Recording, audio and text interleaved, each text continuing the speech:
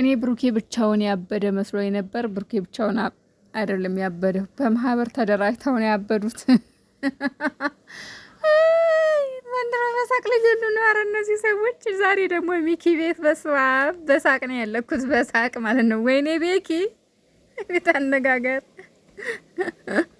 ወይኔ ሚኪና ቤኪ ዛሬ በሳቅ ገደሉኝ። በሳቅ ቤኪ ሚኪ ብሩኬ አብዳችኋል ወይ? አውቁ አበዶች። ኧረ አብዳችሁ አሳበዳችሁን። ተው፣ ኧረ ተው። ግን እናንተ ተነጋግራችሁ እያበዳችሁ ነው።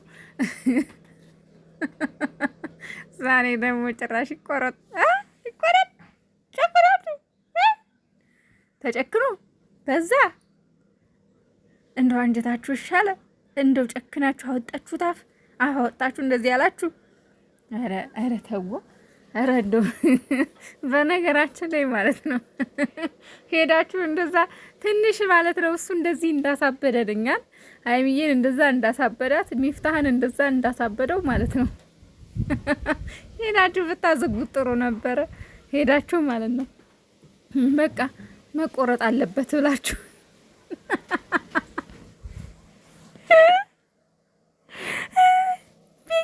ዛሬ ስለባለፈው ስለ ስሩ ሲያወራ ማለት ነው እግዚአብሔርን በሳቅ ፍርስ ነው ያልኩት። በሳቅ ፍርስ። እንዴት ናችሁ ቤተሰብ? ደህና ናችሁ ወይ? እኔ ያለው እግዚአብሔር ይመስገን።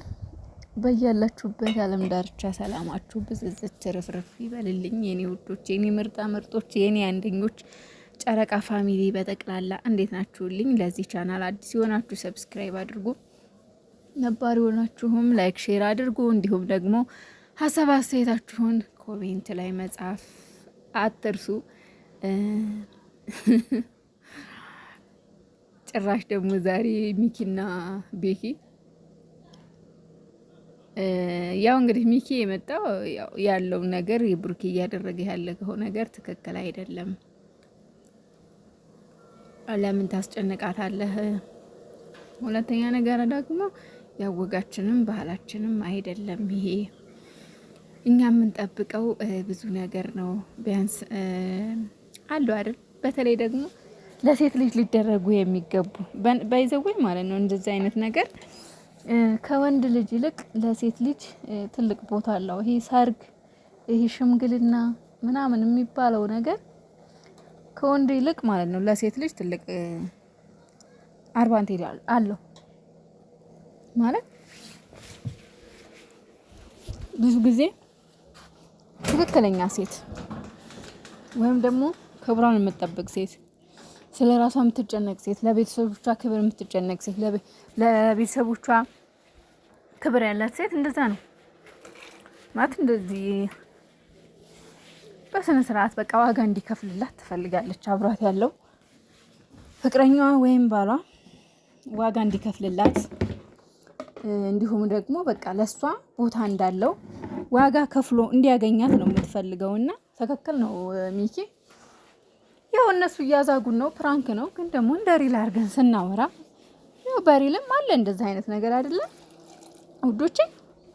በሪል እኮ አለ። በዚህ ምክንያት የሚለያዩ ፍቅረኛሞች አላጋጠሟችሁም? ምን ያጋጥሙኛል ብዙ ጊዜ ማለት ነው።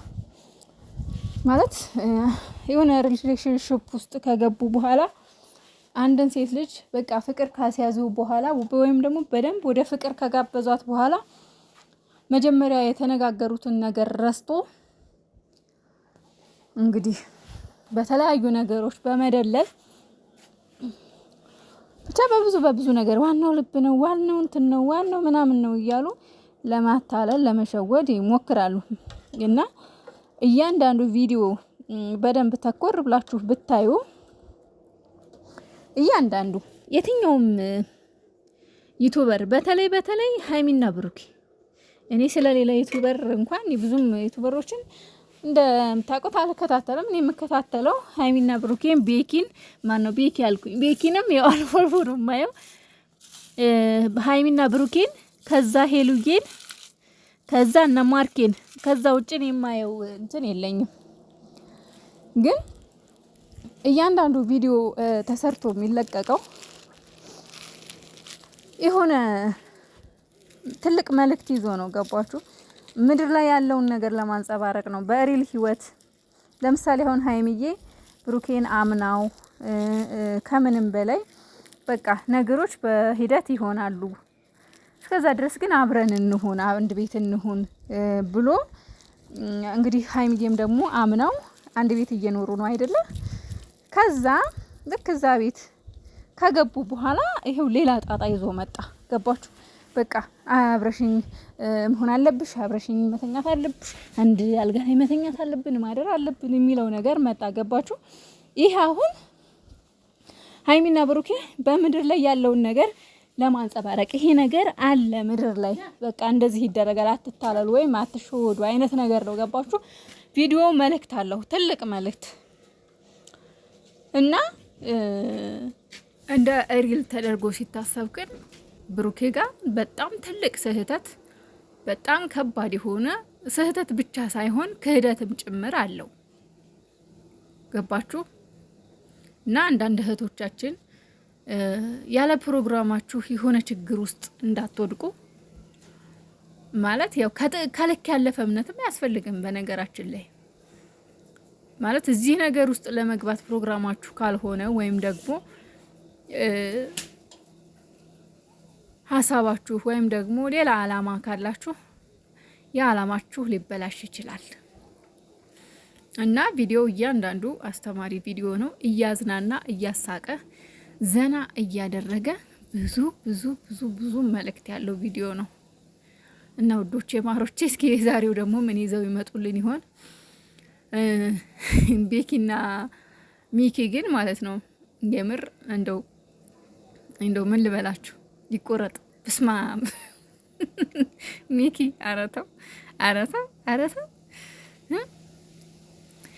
እና እንግዲህ ያው የሽማግሌውንም የሰርጉንም ነገር ችግር የለም፣ ጾም ይፈታና እናስብበታለን ሁላችንም።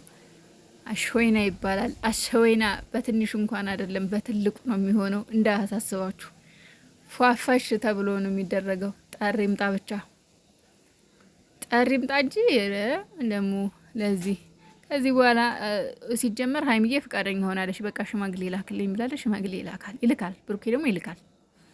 እመኑኝ ጾም ከተፈታ በኋላ ጥር ውስጥ አዲስ ነገር አለ። እመኑኝ በቃ ምን አለ ቃል እየተሉኝ ያላችሁ።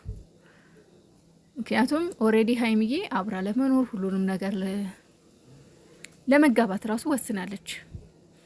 ከወደድከኝ ሽማግሌ ላክልኝ ብላለች በቀደም። ብሩኬ ደግሞ ያው በዚህ ነገር እንትን አይለም ማለት ይሄው እሷ ፈቃደኛ ከሆነች እሱ ይሄን ከማድረግ ወደ ኋላ አይልም። እንግዲህ በቅርቡ ተጋብተው አብሮ ይሆንልናል ማለት ነው።